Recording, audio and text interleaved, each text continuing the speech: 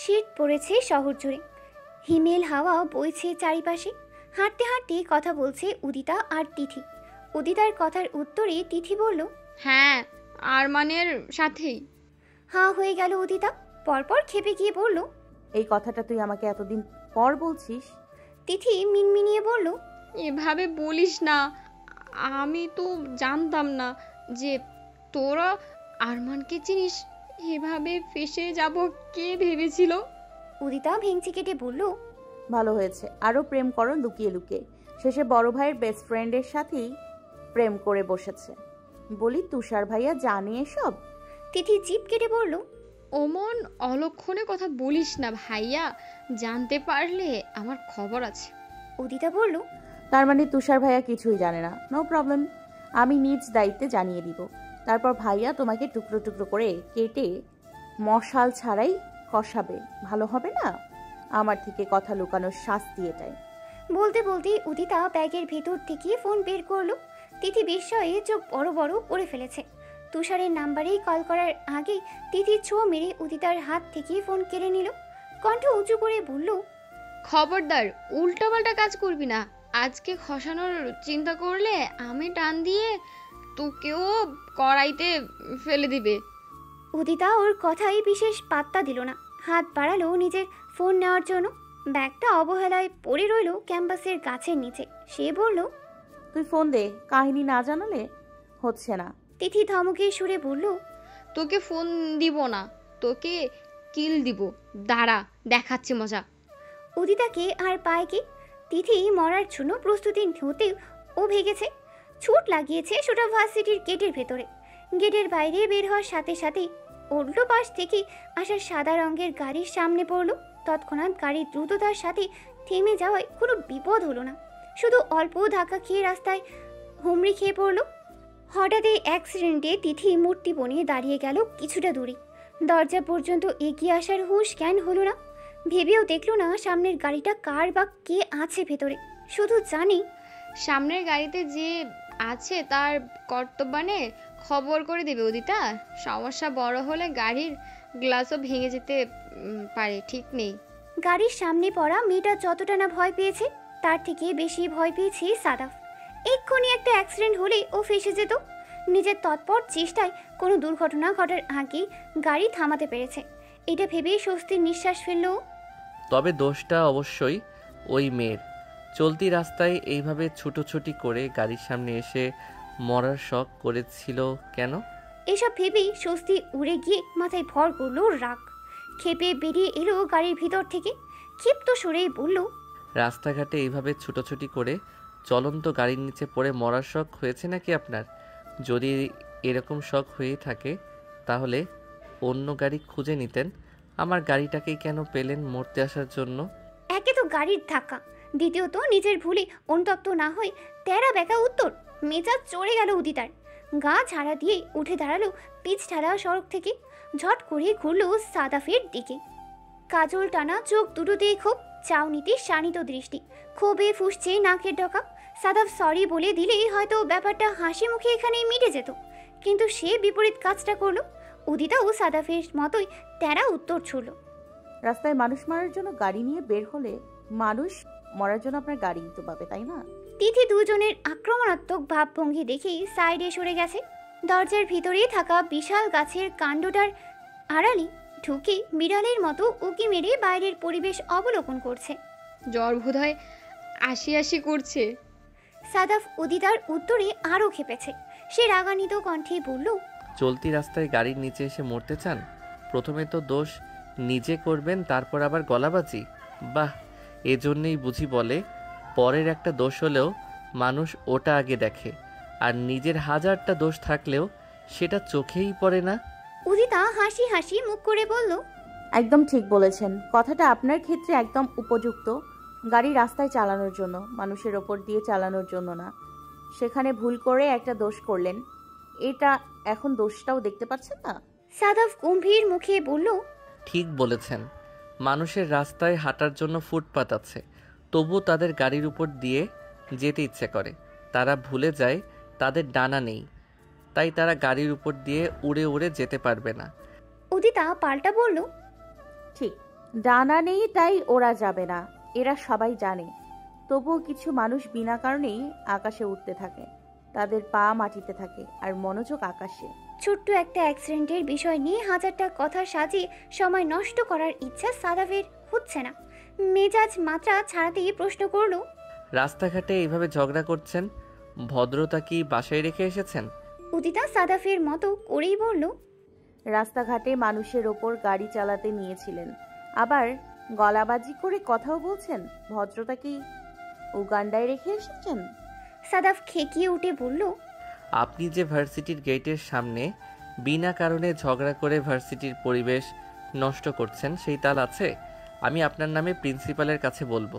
কোন ইয়ারের স্টুডেন্ট আপনি? প্রিন্সিপালের কথা তোলায় ঘাবড়ে গিয়ে খানিক চুপ হলো উদিতা, তবে উপরে কিছুই বুঝতে দিল না। খানিক ভেবে চোটপাট দেখিয়ে বলল, আপনি আমার নামে প্রিন্সিপালের কাছে বলবেন, তার আগে আমি বলবো। আর আমাকে কোন অ্যাঙ্গেল থেকে কোনো ইয়ারের স্টুডেন্ট মনে হচ্ছে? আমি এই ভার্সিটির সিনিয়র টিচার। থতমত খেলো সাদাফ। তার অনুমান এতখানি ভুল হলো কি করে? কথা বন্ধ করে উপর নিচ পরখ করলো উদিতাকে, মনে মনে বলল, এইটুকু মেয়ে ভার্সিটির টিচার কীভাবে হলো, তাও সিনিয়র? দেখে তো তিথির বয়সী মনে হচ্ছে। আর সিনিয়র টিচার তার মানে কিছু বছরের এক্সপেরিয়েন্স আছে। তাহলে তো আমার থেকেও বড়। কিভাবে কি? তিথি নিজেও বিস্ময়ে হাঁ হয়ে গেছে উদিতার বলা মিথ্যা কথায়। এতক্ষণ পালা বদল করে একবার সাদাফ আর উদিতার মুখের দিকে তাকাচ্ছিল, মনে মনে ভাবছিল, ভালোই হয়েছে লুকিয়ে পড়েছি। ভাইয়া উদিতার সাথে আমাকে দেখলে বাসায় গিয়ে লেকচার ছাড়তো কতগুলো। যাক বাবা, লেকচার থেকে বেঁচে গেলাম। এখন বিস্ময়ে চোখ পিট করে সামনে তাকাচ্ছে। সাদাফের চেহারা দেখে তিথি আন্দাজ করলো ও অবাক হয়েছে। উদিতা বুঝতে পারলো তার ডোজে কাজ হয়েছে, তাই দাপটের সাথে বলল, কি হলো? টিচার শোনার পর চুপ হয়ে গেলেন কেন? সাদাফ ঠান্ডা গলায় বলল, আপনি ভার্সিটির senior teacher? Are you sure? Udita আত্মবিশ্বাসের সাথে বলল, অফকোর্স শিওর। সিনিয়র শুনেই চুপ হয়ে গেলেন? তাহলেই ভাবুন এতক্ষণ কি অভদ্রতা করেছেন। এখন আশা করি নিজের ভুল বুঝতে পেরেছেন। সাদাফ কিছুক্ষণ ভেবে বলল, ভুল বোঝার কিছু হয়নি। সিনিয়র হলেই মাথায় তুলে নাচতে হয় না। টিচারদের মতো নমনীয় হলে ব্যাপারটা ভাবা যেত। কিন্তু যেহেতু টপিকস আপনি, তাহলে আমি আর ভাবতেই চাচ্ছি না। উত্তরের অপেক্ষা করলে হয়তো আবারও তর্ক বিতর্ক লেগে যেত, কিন্তু সেই অপেক্ষা সাদাফ করেনি। লম্বা কদমে পা বাড়িয়েছে ভার্সিটির অফিস রুমে। সাদাফ যেতেই আড়াল থেকে বেরিয়ে আসলো তিথি। উদিতার পাশে এসে দাঁড়িয়ে বলল, তুই ঠিক আছিস? উদিতা ঝাড়ি মেরে বলল, এতক্ষণ কই ছিলি? এখন এসেছিস জিজ্ঞেস করতে ঠিক আছে কিনা? ঠিক নেই। আমি ঠিক নেই। ঠিক থাকতাম যদি ওই অভদ্র লোকটাকে ভালোভাবে ঝাড়তে পারতাম। তিথি হাসার চেষ্টা করে বলল, থাক বাদ দে, চল বাসায় যাই। উদিতা ওর কথায় পাত্তা না দিয়ে বলল, আরে বাবা, নিজের গাড়ি আরেকজনকে ধাক্কা দিয়েছে, সুন্দরভাবে সরি বলে দিই, ঝামেলা শেষ। কিন্তু না, আমার তো ঝগড়া করতে হবে। সরির বদলে এসে বলে মারার জন্য আর কোনো গাড়ি পাননি। হ্যাঁ, আরে আর কোনো গাড়ি পেলে এর মতো ফালতু লোকের গাড়ির সামনে কে যাবে? যত সব উল্টাপাল্টা লোক। উদিতা জানিও না ও তিথির কাছে তিথির ভাইয়েরই বদনাম করছে। তিথি উদিতাকে কিছু বলতেও পারছে না, আবার সমর্থনও করতে পারছে না। উদিতা নিজের মতো কিছুক্ষণ মন খুলে কথা শুনিয়ে চলে গেল বাসার উদ্দেশ্যে। তিথি সবে স্বস্তির নিঃশ্বাস ফেলবে, তৎক্ষণাৎই দূর থেকে আরমানের হাসি হাসি মুখায়ব দেখা গেল। স্বস্তি এক প্রকার লাফিয়ে বিদায় নিল তিথির কাছ থেকে। আরমান তিথির সামনে এসে কিছু বলার জন্য মুখ খোলার সাথে সাথে ওকে থামিয়ে দিল তিথি। নিজেই বলতে লাগলো, ভার্সিটিতে সাদাফ ভাইয়া এসেছে, আর তুই আসার সময় পেলি না। এখনই যাও, ওখান থেকে ভাইয়া এসে তোমাকে দেখে সমস্যা হয়ে যাবে। আরমান এক রাশ বিরক্তি নিয়ে বলল, তুমি আগে বলবে না তোমার দুইটা বড় ভাই আছে? এখন কি এদের জন্য প্রেমও করা যাবে না? না, এদের ব্যাপারটা জলদি সলভ করতে হচ্ছে, না হলে টেকা যাবে না। তিথি বলল, ওসব পরেও ভাবা যাবে, এখন যা। সাদাফ অফিস রুম থেকে ক্যাম্পাসে বেরিয়েছে। দরজার দিকে তাকাতেই তীক্ষ্ণ দৃষ্টিতে ধরা পড়ল আরমানের উপস্থিতি। খানিকটা বিস্ময় নিয়ে ভ্রু কুঁচকে পড়ল, আরমান ভাই, উনি এখানে কি করছে, তাও তিথির সাথে? সাদাফ গাড়ি অব্দি আসার আগে তিথি আরমানকে ঠেলিয়ে ঠুলিয়ে পাঠিয়ে দিয়েছে। সাদাফ এসে সন্দিহান দৃষ্টিতে চাইল তিথির দিকে। তিথি হাসি টেনে বলল, ভাইয়া তুমি আজ ভার্সিটিতে? সাদাফ এখনও একইভাবে চেয়ে বলল, হ্যাঁ, তোর খবর নিতে এলাম। ঠিকঠাক পড়াশোনা করছিস কি না? তিথি বলল, সব ঠিক আছে, তাই তাই না? তাহলে চলো বাসায় যাই। তিথি দ্রুততার সাথে গাড়ির ভিতর ঢুকে বসলো আর সাদাফ বেশ স্থিরভাবেই এসে ড্রাইভিং সিটে বসলো। ইঞ্জিন স্টার্ট করে প্রশ্ন করলো। কেউ এসেছিল তিথি? তিথি ঢোক গেল ওর প্রশ্নে, চেষ্টাকৃত স্বাভাবিক স্বরেই বলল, না তো। তিথি না বোধক উত্তরে অনেক কিছু বুঝে ফেললো সাদাফ। ঠোঁটের কোণে ফুটে উঠল মুচকি হাসি। ড্রাইভিং করতে করতে বলল, বড় হয়ে গেছিস তুই। শীতের সময় রাত অনেকটা তাড়াতাড়ি নেমে পড়ে। কৃত্রিম আলোর শহরে হিমশীতল হাওয়া কম্পন ধরায় শরীরে। রাত 8টা বাজতেই অফিসের কাজ শেষে বাসায় ঢুকলো তুষার।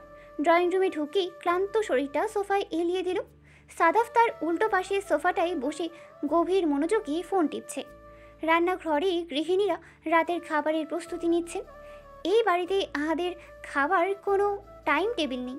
এই যেমন এখন শায়লা খাবারের প্লেট হাতে ছেলের পেছনে ছুটছে, আর দুই যা রান্না বান্নায় ব্যস্ত। পড়াশোনা সাইডে রেখে তিথি নেমে এলো নিচে। মা চাচির খোঁজে সোজা এসে ঢুকলো রান্নাঘরে। ঢুকার সাথে সাথে রেবেকা মেয়েকে আদেশ দিলেন, তুষার মাত্র অফিস থেকে এসেছে, নিশ্চয়ই অনেক ক্লান্ত। ওকে একটু 1 গ্লাস শরবত করে দে নিশি, আমাদের হাতে তো অনেক কাজ। অদৃশ্য হাতে কপাল চাপল নিশি। ভেবেই পাচ্ছে না কোন দুঃখে এই সময় নিচে নামতে হলো তাকে। আসতে না আসতেই একটা কাজ ধরিয়ে দিল। তবুও কোনো বিরক্তি না করে চুপচাপ আদেশ পালন করলো। তুষার সবই চোখটা বুঝে আবার খুলেছে। তখন আকস্মিকভাবে হাতে শরবতের গ্লাস হাতে ওর দৃষ্টির সম্মুখে হাজির হলো নিশি। গ্লাসটা ওর দিকে বাড়িয়ে বলল, নাও। লাফ দিয়ে সোজা হয়ে বসলো তুষার। ওর লাফানোতে সাদাফও ফোন থেকে মনোযোগ সরিয়ে সামনে তাকিয়েছে। তুষার একদম ভূত দেখার মতো চমকে গেছে। নিশ্চিত হতে বলল, নিশি, এটা তুই এনেছিস? নিশি ভালোভাবেই জানে তুষার এখন আবার একটা খোঁচা মেরে কথা বলবে ওকে, তাই তার মুখে বিরক্তির ছাপ।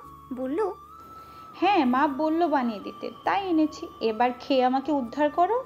তুষার গ্লাসটা হাতে নিয়ে ঘুরিয়ে ফিরিয়ে দেখলো। বলল, সব ঠিকঠাক দিয়েছিস নাকি চিনির জায়গায় লবণ মিশিয়েছিস নাকি ভাঙা গ্লাসে শরবত বানিয়েছিস? ওর কথাই হেসে ফেললো সাদাফ। হাসলো না নিশি, গাল ফুলিয়ে বলল, সব ঠিকঠাক আছে, কোনো মিস্টেক করিনি। তুষার এক চুমুক শরবতে মুখ দিয়ে বলল, আসলে ঠিক আছে, তবে তোর থেকে ঝামেলা ছাড়া কোনো কাজ হওয়াটাই বিস্ময়ের ব্যাপার। খোঁচা মারা কথা শুনে তেলে বেগুনে জ্বলে উঠল নিশি। তপ্ত কণ্ঠে বলল, বিয়ে করে বউ নিয়ে আসো, সে তোমাকে শরবত বানিয়ে খাওয়াবে, আমি আর করতে পারবো না। ড্রয়িং রুমে সাদাফ চুপচাপ বসে সামনের ঘটনা দেখছে। নিশি তুষারের হাতে গ্লাস নিয়ে পাশে দাঁড়িয়ে অপেক্ষা করছে গ্লাস খালি হওয়ার। তুষারও দ্রুতই শরবত শেষ করে নিশির হাতে গ্লাসটা ধরিয়ে দিল। বলল, 1 গ্লাস শরবত দেওয়া নিয়েও তোর এত প্রবলেম যে আমাকে বউ আনতে বলছিস? নিশি অবাক চোখে ওর দিকে তাকিয়ে বলল, আমার প্রবলেম কোথায় দেখলে তুমি? আমি তো তোমারই প্রবলেম দেখলাম। মানুষ নিজের দোষ না দেখে সবসময় অন্যের দোষই আগে দেখে। সাদাফের অধর কনির হাসি নিভে গেল। মনে পড়ে গেল উদিতার কথা। সকালে আজ ওই মেয়েও এমন কথাই বলেছিল না? একবার উদিতার করে ভেবেই মুহূর্তে সাদাফ বিরক্ত হলো নিজের প্রতি। যা হয়েছে তা সকালেই শেষ, এখন আবার ওর উদিতাকে মনে পড়ছে কেন? উদিতার ভাবনার মাথা থেকে ছেড়ে ফেলে সাদাফ নজর দিল সামনে। তুষারের উত্তরের অপেক্ষায় মনোযোগ দিল ওর মুখের দিকে। তুষার নিশির কথায় প্রতি উত্তরে বলল, তুই নিজেই তো সব কাজ করতে গেলে একটা না একটা অঘটন ঘটাস, তাই বলেছি আজ আমার শরবতে অঘটন ঘটিয়েছিস কিনা। এতে এত চেতে যাচ্ছিস কেন? নিশি বলল, আমি শরবত এনে দিয়েছি, তোমার উচিত ছিল আমাকে থ্যাঙ্কস বলা, উল্টো আমাকে খোঁচা মেরে কথা বলছো। তুষার বলল, দেখ নিশি, আমি এখন একদম ঝগড়া করার মুডে নেই, রুমে গিয়ে পড়তে বস। নিশি ভেঙচি কেটে বলল, যাচ্ছি, তোমার সামনে দাঁড়িয়ে থাকার শখ আমার নেই। বলেই নিশি পা বাড়ালো চলে যাওয়ার জন্য। তুষার চট করে নিশির হাতের কবজি ধরে টেনে আটকালো ওকে। ভ্রু উঁচিয়ে বলল, আমার সামনে থাকার শখ নেই। নিশি সরাসরি উত্তর দিল, না, এবার হাত ছাড়ো। ছাড়বো না। তোর যেহেতু আমার সামনে থাকার শখ নেই, তাই তোকে আমার সামনেই বসে থাকতে হবে। ওয়েট। নিশি হচ্চকিত উত্তর দিতে চাইল তুষারের কথায়। তার আগেই তুষার হাত ছুড়ল। তিথি, নিশির বই খাতাগুলো এখনই এনে নিচে ড্রয়িং রুমে দিয়ে যায়। আজ ও আমার সামনে বসেই পড়বে রাত 10টা অবধি। ওর শখের ফালুদা বানাচ্ছি আমি। বাড়ির ছেলে মেয়েদের মামলায় নাক গলানো মৃধা বাড়ির বয়োজ্যেষ্ঠদের স্বভাব নেই। ওদের মধ্যে এরকম গোলমাল লাগে, আবার নিজেরাই সব ঠিক হয়ে যায়। তাই নিশিকে বাঁচানোর চেষ্টা করেনি কেউ। অগত্যা নিশিকে 10টা পর্যন্ত তুষারের সামনেই পড়তে হয়েছে। রুমে পড়লে যাও একটু ফাঁকিবাজি করার সুযোগ পেত, আজ একেবারেই তা বন্ধ। তার উপর 10টা অবধি পড়া। যতবার একটু পালানোর চিন্তা ভাবনা নিয়ে তুষারের দিকে তাকাচ্ছে, ততবারই ওর সাথে চোখাচোখি হচ্ছে। ও যেন আজ নিশির ওপর পাহারাদারির দায়িত্ব নিয়েছে, এক পলকের জন্য নজর সরাচ্ছে না। ধরা পড়া চোরের ন্যায় মাথা নিচু করে দীর্ঘশ্বাস ফেলে পড়ায় মন দিল নিশি। সাদাফ এর মধ্যে ড্রয়িং রুম ছাড়েনি। তুষারের মুখোমুখি বসা নিশি, আর সাদাফ ওদের দুজনের উল্টো পাশে সোফায় বসা। সে একবার তাকাচ্ছে তুষারের দিকে, একবার নিশির দিকে। তুষারের ভাব গতিক ওর কাছে সুবিধার মনে হচ্ছে না, না হলে এভাবে নিশিকে সামনে বসিয়ে তাকিয়ে থাকতো। সাদাফ মনে মনে ভাবলো, আজ হচ্ছেটা কি? যেখানে যাচ্ছি সেখানেই প্রেমের বাতাস বইছে দেখছি। সবার জীবনে প্রেমের হাওয়া বইছে, আর আমার জীবনে কি? মানুষের প্রেম হচ্ছে আর আমার ঝগড়া হচ্ছে। এগুলো কি ধরনের ইনসাফ? রাতের খাওয়া দাওয়া শেষে তুষার মাত্র ফোনটা নিয়ে বিছানায় বসেছে, তখনই রুমে ঢুকলো সাদাফ। সম্পূর্ণ বাড়ি আস্তে আস্তে নিস্তব্ধ হচ্ছে। সবাই যার যার রুমে চলে যাচ্ছে ঘুমাতে, আর সাদাফ নিজের রুম ছেড়ে তুষারের রুমে ঢুকে সন্তর্পণে দরজা বন্ধ করে দিল। পরপর সোজা বিছানায় তুষারের মুখোমুখি বসে বলল, ভাইয়া জানো আজ কি হয়েছে? তুষার সাদাফকে দেখেই ফোন সাইডে রেখে দিয়েছে। ওর কথা শুনে কৌতূহলবশত প্রশ্ন করলো, কি হয়েছে? আমি ভার্সিটির বাইরে তিথির সাথে আরমান ভাইয়াকে দেখেছি। সাদাফের জবাব বলার সাথে সাথেই নীরবতা ভিড় জমালো রুমে। খানিক নীরবতার পর হতভম্ব তুষার বলল, তুই কি বলতে চাইছিস সাদাফ? ক্লিয়ার করে বল। সাদাফ লম্বা শ্বাস নিয়ে মস্তিষ্কে কথা সাজিয়ে নিল। পরপর বলতে শুরু করলো, আমি আজ ভার্সিটি গিয়েছিলাম। প্রিন্সিপালের রুম থেকে বের হওয়ার পর দেখলাম ক্যাম্পাসের বাইরে ওরা দুজন দাঁড়িয়ে কথা বলছে। আমি ভুল দেখিনি, ওইটা আরমান ভাইয়াই ছিল, কিন্তু আমি বাইরে যাওয়ার আগেই চলে গেছে। এরপর গাড়িতে বসে আমি যখন তিথিকে জিজ্ঞেস করলাম কেউ এসেছিল কিনা, ও সাথে সাথে না করে দিয়েছে। তোমার মনে হয় ও বিনা কারণেই আমাকে মিথ্যাটা বলেছে? তুষার ডুবে গেল ভাবনায়। স্মৃতিচারণ করলো ওই দিন আরমানের বাড়িতে আসার সময় তিথির বলা কথাগুলো। দুজনের চেহারাই ফ্যাকাশে ছিল। তাহলে কি ওরা যা ভাবছে তাই? সাদাফ অপেক্ষায় বসে আছে তুষারের উত্তরের। এটা বুঝতে পেরে তুষার চিন্তিত ভঙ্গিতে বলল, তুই বলতে চাইছিস ওরা প্রেম করছে? যদি ধরেও নেই প্রেম করছে, তাহলে সমস্যা কোথায়? আমি আরমানকে সেই ছোটবেলা থেকেই চিনি, আমার বেস্ট ফ্রেন্ড। আমি ওর প্রতিটা ক্ষুদ্রাতি ক্ষুদ্র অভ্যেসে জানি। আমার মনে হয় ও তিথিকে সত্যিই ভালোবাসে, আর ব্যাপারটা সেরকম হলে আমার আপত্তি নেই। কিন্তু তোর কি আপত্তি আছে? সাদাফ অবাক হওয়ার ভান করে বলল, কি বলছো কি? আমার আপত্তি থাকবে না? আমার অবশ্যই আপত্তি আছে, ঘোরতর আপত্তি। ওরা প্রেম করছে আর আমাদের জানালো না। আমি এইটার বিরোধিতা করছি ভাইয়া। সাদাফের প্রথম কথায় দুশ্চিন্তায় পড়ে গিয়েছিল তুষার। ভেবেই পাচ্ছিল না সাদাফের আপত্তির কারণ। পরম হতে আপত্তির কারণ শোনার পর আর দেরি করলো না, সাথে সাথেই একটা কিল বসালো পিঠে। বলল, ফাজিল কোথাকার! কোন ছোট বোন নিজের বড় ভাইদের জানিয়ে প্রেম করবে? সাদাফ দেখলো তুষারকে ফাঁসানোর এই মুখ্যম সুযোগ। আবার একটু আগে ওকে কিলও মেরেছে। এইবার একটু প্রতিশোধ নেওয়াই যায়। বলল, ঠিক বলেছো ভাইয়া, ছোট বোনরা প্রেম করলে বড় ভাইদের জানাবে না। হয়তো নিশিও প্রেম করছে, অথচ আমাদের জানাচ্ছে না। সাদাফকে মারার প্রশান্তিতে একটু হাসি এসেছিল তুষারের মুখে, কিন্তু নিশির কথা বলায় সেই হাসিটা মুছে গেল। সাদাফ নিজ চেহারায় একটা বেদনা বিধুক ভাব ধরে রেখেছে, যেন এই বিষয়টা নিয়ে ও ডিপ্রেশনের অতল সমুদ্রে ডুবে যাচ্ছে। সেই অতল সমুদ্র থেকেই বারবার আর চোখে চাইছে তুষারের মুখের দিকে। তুষারও চিন্তায় পড়ে গেছে। আসলেই তো, নিশিরও যদি প্রেম থাকে তাহলে কি হবে? ও যে কিছুদিনেই আস্তে আস্তে ওর মায়ায় ডুবে যাচ্ছে, পরে নিজেকে তুলবে কিভাবে? সাদাফ ওর ভাবনা বুঝে ফেলেছে। নিশির প্রেমের কথা শুনে তুষারের যে প্রতিক্রিয়া হয়েছে তাতে সাদাফ মোটামুটি নিশ্চিত তুষার নিশির প্রেমে পড়েছে। নিজের প্ল্যানে সফল হয়েই বিছানা থেকে উঠে দাঁড়ালো। তুষারকে সান্ত্বনা দিয়ে বলল, শোনো ভাইয়া, মানুষ নদীতে ডুবে গেলে তাকে সেখান থেকে তুলতে হয়, কিন্তু কোনো মানুষের মায়ায় ডুবে গেলে সেখান থেকে তোলাটা সবচেয়ে বেকার কাজ। সঠিক কাজ হচ্ছে কারো মায়ায় ডুবলে তাকেই সারা জীবন নিজের সাথে আমৃত্যু বন্ধনে বেঁধে রাখা। অপেক্ষা করলো না সাদাফ। তুষারকে চিন্তায় ফেলে রেখে চলে গেল রুম থেকে। জানালার দুই পাশের পর্দাগুলো বাতাসে উঠছে, বারান্দার দরজাটাও খোলা। সাদাফ নিজের রুমে ঢুকে সবার আগে দরজা জানালাগুলো বন্ধ করলো। এতক্ষণ শীতের রাতের হিমেল হাওয়া ঢুকে রুমটাকে একদম বরফ শীতল করে ফেলেছে। সাদাফ লাইট অফ করে বিছানায় এলো ঘুমানোর জন্য। কম্বলটা ভালোভাবে গায়ে জড়িয়ে যেই চোখ বুঝেছে তৎক্ষণাৎ মনে পড়ে গেল উদিতার কথা। তৎপর চোখ খুলে উঠে বসলো। ঝগড়ার সময় উদিতার বলা কথাগুলো এখনো কানের সামনে প্রতিধ্বনিত হচ্ছে। আর শেষে বলা কথাটা, ভার্সিটির সিনিয়র টিচার। সাদাফ ভাবতে বসলো, এই মেয়েকে দেখে মনে হলো 21-22 বছর, তিথির বয়সই তো লাগলো। তাহলে সিনিয়র টিচার কিভাবে হয়? সিনিয়র টিচার হলে আমার থেকেও বড়, অথচ এই বাচ্চা মেয়েটাকে দেখে কে সিনিয়র টিচার মানবে? ভার্সিটির স্টুডেন্টরা আদৌ একে টিচার মানে? তো মানতেও পারে। আমার সাথে যেভাবে ঝগড়া করলো, স্টুডেন্টদেরও নিশ্চিত ওই রকম কড়া শাসনেই রাখে। আহারে বেচারা, কেমন দজ্জাল টিচার পেয়েছে একটা। বিনা কারণে আধা ঘন্টা আকাশ পাতাল ভাবনা ভেবে সাদাফের মনে পড়ল সে বিছানায় ঘুমাতে এসেছিল। খেয়াল আসতেই নড়ে চড়ে বসলো সে। আজ কেন বারবার ওই ঝগড়ুটে মেয়ের ঝগড়াই মনে পড়ছে? নিজের উপর বিরক্ত ভর করলো সাদাফের। পর মুহূর্তেই আবার নিজেকে সান্ত্বনা দিল এই বলে, ঝগড়া করেছে বলেই ঘটনাটা মাথা থেকে যাচ্ছে না। এরপর আর কোনোদিন ওই মেয়ের সাথে দেখা হবে না। দুদিন পর এমনি এমনি মাথা থেকে বেরিয়ে যাবে। দেখি দুশ্চিন্তা করার কিছুই নেই। নিশি যখন ইন্টারে পড়তো তখন তাকে প্রাইভেট পড়িয়েছিল উদিতা। নিশি ওকে অনেক পছন্দ করত, এমনকি রেবেকাও ভীষণ পছন্দ ছিল উদিতাকে। একদম ঠান্ডা মেজাজের, শান্ত, শিষ্ট, মিষ্টি একটা মেয়ে। মৃধা নিবাসে নিশিরা এসেছে 1 সপ্তাহ। এর মধ্যেই রেবেকা উদিতার অনেক প্রশংসা করেছে মরিয়ম ও শায়লার কাছে। বাবা ও ভাই ছাড়া কিভাবে মেয়েটা এই 2 বছরে নিজেকে সামনে উঠেছে সেই গল্পও বলেছেন। তাই তারাও উদিতার সাথে পরিচয় হতে চেয়েছেন। রেবেকা তিথিকে বলে দিয়েছেন আজ যেন তিথি উদিতাকে নিজের সাথে বাড়িতে নিয়ে আসে।